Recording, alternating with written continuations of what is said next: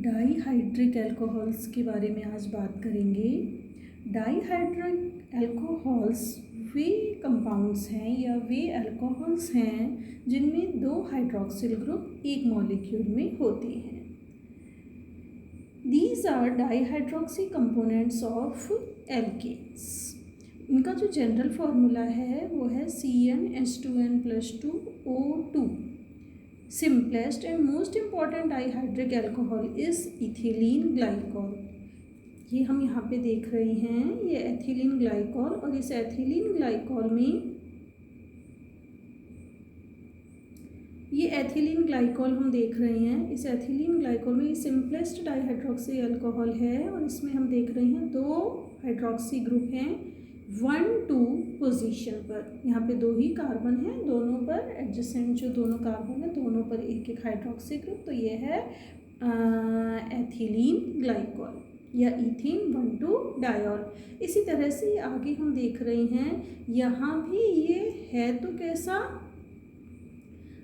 ये कार्बन 3 हैं लेकिन ये कैसा है, डाई हाइड्रॉक्सी अल्कोहल है। दो हाइड्रॉक्सी ग्रुप यहाँ पर हैं तो ये डायोल है, प्रोपीन डायोल, 1,3 प्रोपेन डाइऑल। इनका नॉमेनक्लेचर देखते हैं किस तरह से किया जाता है।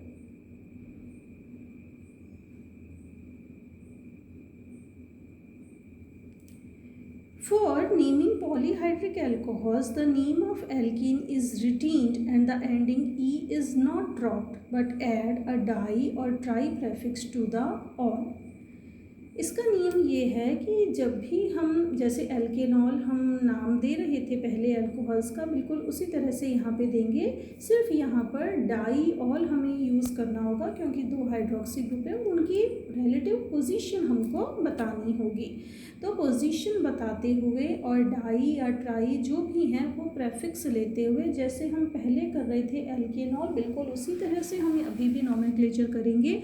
वहाँ भी हमने देखा था कि एल्कीन प्लस ऑल, और जब दोनों को मिला के हम एल्केनॉल टर्म बना रहे थे तो एल्केन के ई को हमने हटाया था। बिल्कुल उसी तरह से हम अभी नॉमेनक्लेचर करेंगे जैसे हम देख रहे हैं यहाँ पे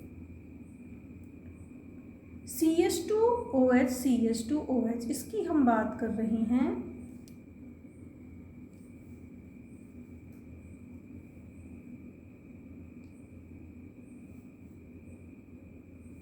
ये CH2OH CH2OH की हम बात कर रहे हैं। तो यहाँ पे ये नाम कैसा हुआ, इथेन 1,2-डायोल, इथेन 1,2-डायोल। इसी तरह से ये हम देख रहे हैं साइक्लोब्यूटेन का डेरिवेटिव है डायोल, तो साइक्लोब्यूटेन डाइऑल, और इनकी जो रिलेटिव पोजीशन है वो हो गई 1-2। अब हम देख रहे हैं कि अगर हम इसका देखें कि एक जो ये हाइड्रॉक्सी ग्रुप है ये टूवर्ड्स द ऑब्जर्वर है या फिर हम कह सकते हैं आउट ऑफ प्लेन है, और दूसरा बिहाइंड द प्लेन है। एक ऊपर की तरफ है प्लेन से उठा हुआ और दूसरा नीचे या पीछे की तरफ है, तो इसीलिए हमने ट्रांस यहाँ पे यूज़ किया है प्रीफिक्स में, ट्रांसपोजिशन। तो ट्रांस 1,2 साइक्लोब्यूटेन डाइऑल।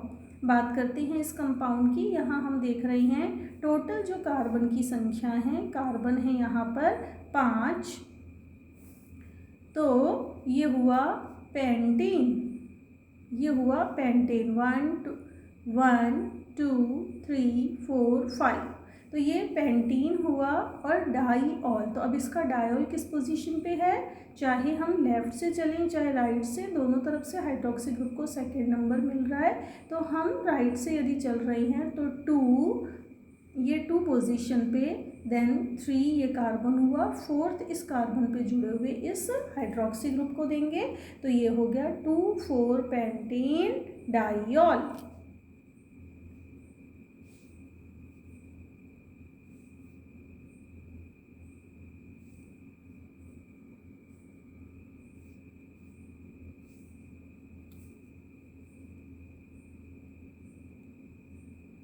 नेक्स्ट ये कंपाउंड लेते हैं। इस कंपाउंड में हम देख रहे हैं नंबर ऑफ कार्बन्स हैं यहाँ पे 7, तो हेप्टीन हुआ। और इसमें पोजीशन हम देख रहे हैं कि राइट से चलने पर उसको सेकंड नंबर मिलता है हाइड्रोक्सी ग्रुप को, और लेफ्ट से चलने पर फर्स्ट नंबर उसको मिलता है। तो हम लेफ्ट से शुरू करेंगे, और लेफ्ट में जो ये टर्मिनल पे जो हाइड्रोक्सी ग्रुप है इसे हम नाम देंगे 1। तो ये हुआ 1 पे हाइड्रोक्सी। और इसी तरह से जब आगे बढ़ेंगे तो 2, 3, 4, 5, 6 ये कार्बन है, 6th कार्बन। तो इस हाइड्रोक्सी ग्रुप की जो टर्म होगी वो हो जाएगी 6। तो 1,6 हेप्टेन डाईऑल। अब हम देख रहे हैं कि थर्ड पोजीशन पर ये इधर एक इथाइल ग्रुप है, इसी तरह से एक इथाइल ग्रुप इधर है। तो हम इसको नाम देंगे 3,3 di ethyl 1,6 heptane diol. 3,3 diethyl 1,6 heptane diol.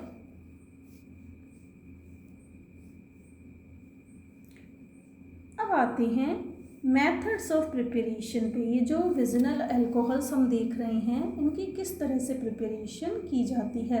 तो जो फर्स्ट मेथड है ये मेथड है एल्कीन्स से हम इसको बना सकते हैं। कैसे? एल्कलाइन KMnO4 के साथ में रिएक्शन करवा के। एल्कीन से जब ये एल्कलाइन KMnO4 रिएक्ट करता है तो ये जो एडिशन होता है हाइड्रोक्सी ग्रुप का, ये एडिशन कैसा होता है? सिन एडिशन होता है। यहाँ हम देख रहे हैं कि जो OH ग्रुप आए हैं वो कहाँ आए हैं? सेम साइड में, एक ही तरफ आए हैं कार्बन के, तो ये है सिन एडिशन। और जो कि हाइड्रोक्सिल ग्रुप यहाँ पे जुड़ा है तो इसको हमने नाम दे दिया सिन हाइड्रोक्सीडेशन। इसी तरह से अगर हम एल्कीन की एसिड के साथ में रिएक्शन कराते हैं, एल्कीन की रिएक्शन अगर हम एसिड के साथ में कराते हैं तो एपॉक्सीडेशन होता है, और एक ऑक्सीजन जो है वो ब्रिजिंग के मतलब साइक्लिक कंपाउंड बन जाते हैं। दोनों कार्बन से ब्रिज होते हुए यहाँ पे ऑक्सीजन जुड़ती है। तो इस तरह से आगे फर्दर जब इसका अपन वाटर से रिएक्शन कराते हैं इसकी, या एसिड बेस से करवाते हैं, तो क्या हो जाता है? हाइड्रोक्सिल ग्रुप अटैच होता है। लेकिन ये जो एडिशन है ये कैसा है? Anti addition. यानी अगर एक हाइड्रोक्सिल ग्रुप नीचे की तरफ ऐड हुआ है तो दूसरा जो है वो ऊपर की तरफ होगा। यानी कि एक डायरेक्शन से अगर एक हाइड्रोक्सिल ग्रुप आ रहा है तो दूसरा जो है उसकी रियर साइड से आएगा। तो ये एल्कीन्स के साथ में हमने देखा कैसे रिएक्शन करके हम डायोल बनाते हैं। एथीन से ही दूसरी रिएक्शन है with oxygen in presence of silver catalyst.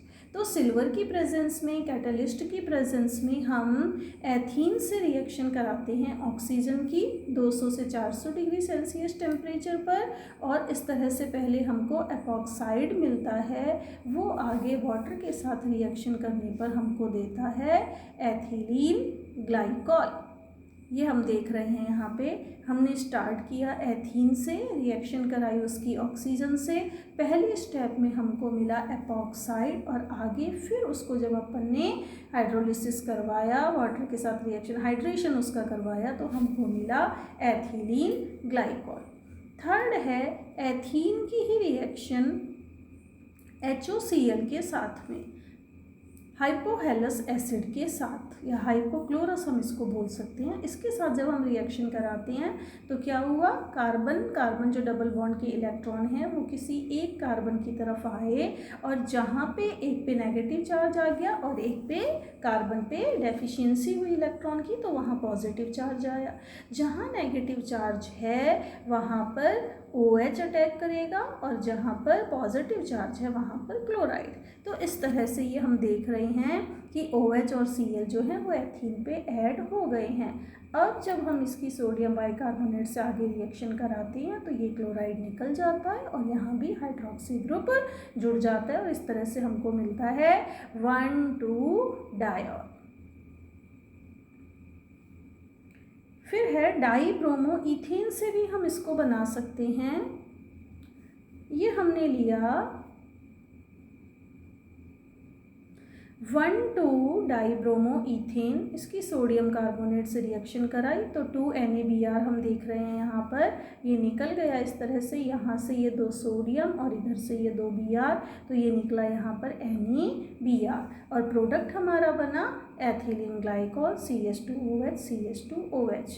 इसी तरह से अगर हम जो ये डाइब्रोमोइथेन ले रहे हैं, इसकी हम पोटेशियम एसीटेट से रिएक्शन कराएं तो भी KBr यहाँ पर निकल जाएगा और जो प्रोडक्ट हमारा बनेगा वो क्या बनेगा, पहले एस्टरिफिकेशन होगा इसका, ये Br निकल करके यहाँ पे OCOCH3 ग्रुप जुड़ेगा और उसके बाद फिर NaOH से रिएक्शन कराने पे सॉल्ट CH3CONA सोडियम एसीटेट हट जाएगा और प्रोडक्ट के तौर पे हमको मिलेगा क्या, एथिलीन ग्लाइकॉल।